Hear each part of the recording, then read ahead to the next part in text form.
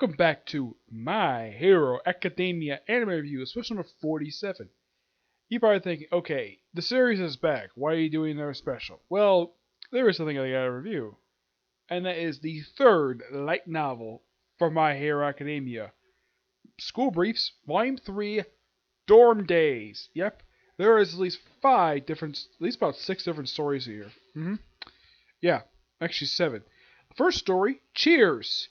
Now, this story takes place right after they had announced the formation of the dorms, and pretty much like right after they had Eraserhead and All Might go visiting all the kids.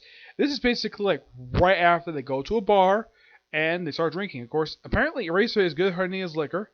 They're there for a while, and then midnight in prison, Mike show up, and they continue drinking. Of course, they also celebrating All Might retirement.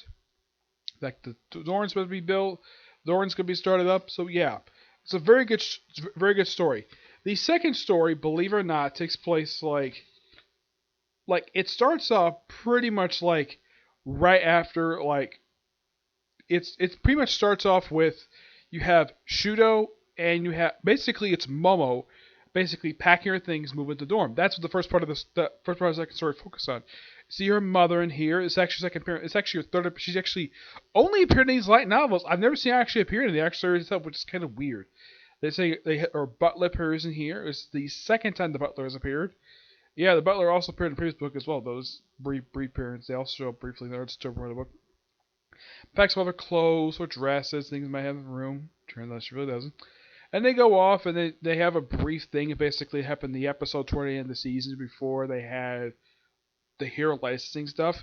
And then right after they all move in the dorm, and it becomes a Shudo story where he's basically putting himself together, trying to figure out how to do a Japanese style room because he grew up in a Japanese style mansion. You actually see it in the series. It's shown like right after All Might's retirement, where you see Endeavor punching a wall because he's gonna become new number one. He doesn't want that at all, and he's used to the Japanese style home. Oh, and this story reveals exactly how he gets his Japanese style room. Basically, he's unpacking his stuff, and then he's taking a picture of his mother. This is before she did that scar to his eye, pouring that kettle of hot water in his eye. And then flies to one and he sees an explosion happening. He runs to Hisame, the inventor who made Deku's gloves. And yes, this is well before Deku got his brand new gloves that he's known for having as of currently. He's had it since before the start of the hero licensing exam. Yeah, this chronologically is before she meets up with Deku, which is fine. And Shudo basically helps her out looking for her babies, her inventions. And they find them all, and they eventually also run into Recovery Girl while all this is going on.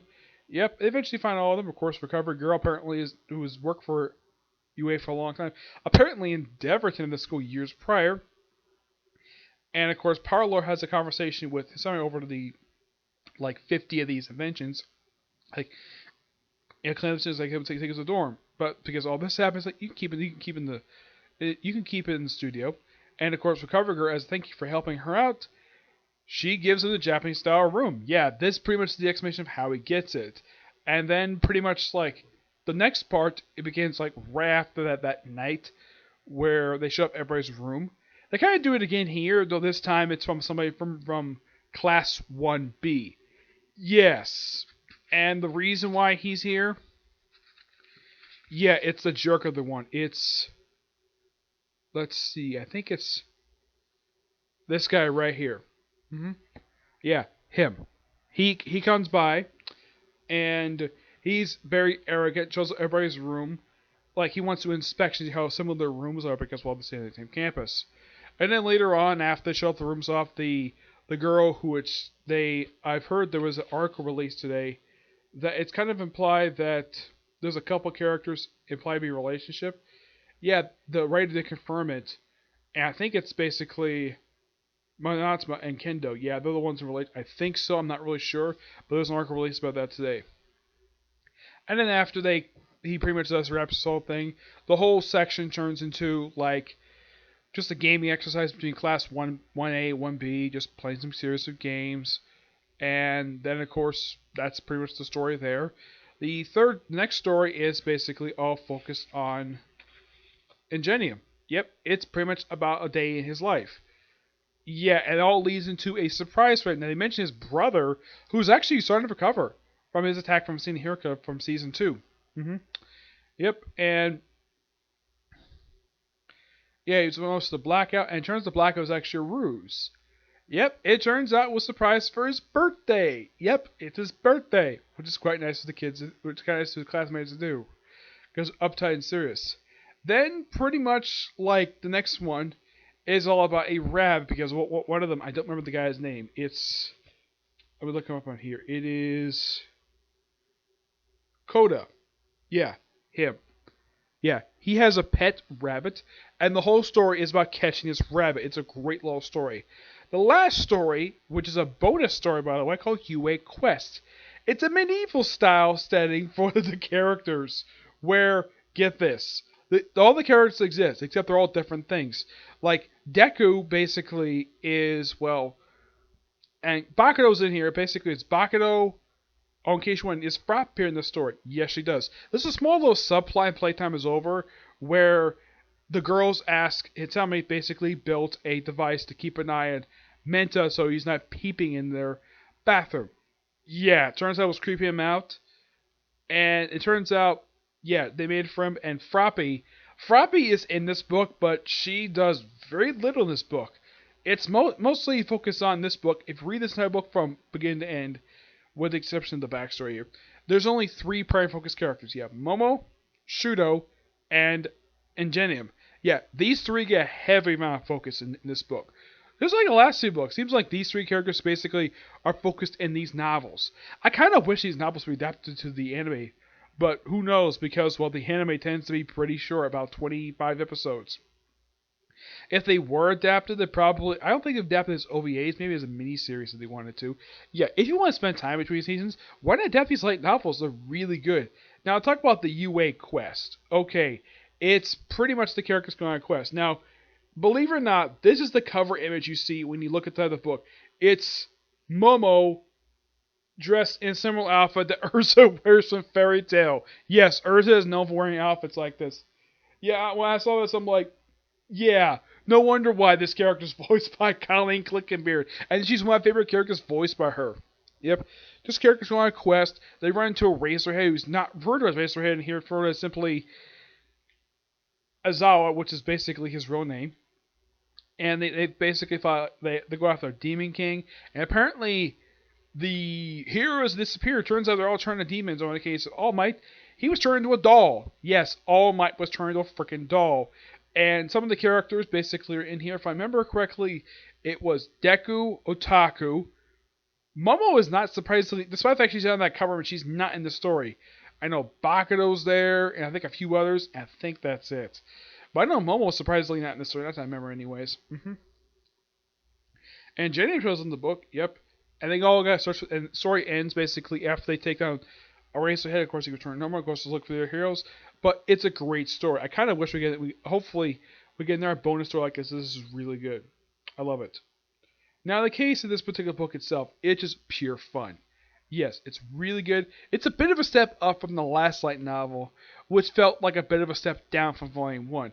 This one basically is a step forward. It's a step up, which I love that. And overall, really good story. And I give this book roughly a 10 out of 10. It's really, really good.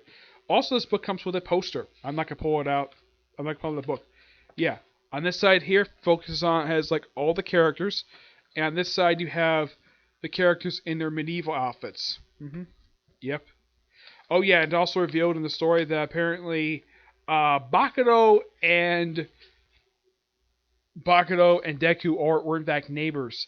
And I really like made anything friendly wet the bed, scoring cape, yeah. Anything when they kill like he normally does. And everybody's pretty much in character like nobody is. Except apparently Otaku worked with somebody and referred to as an Aruka.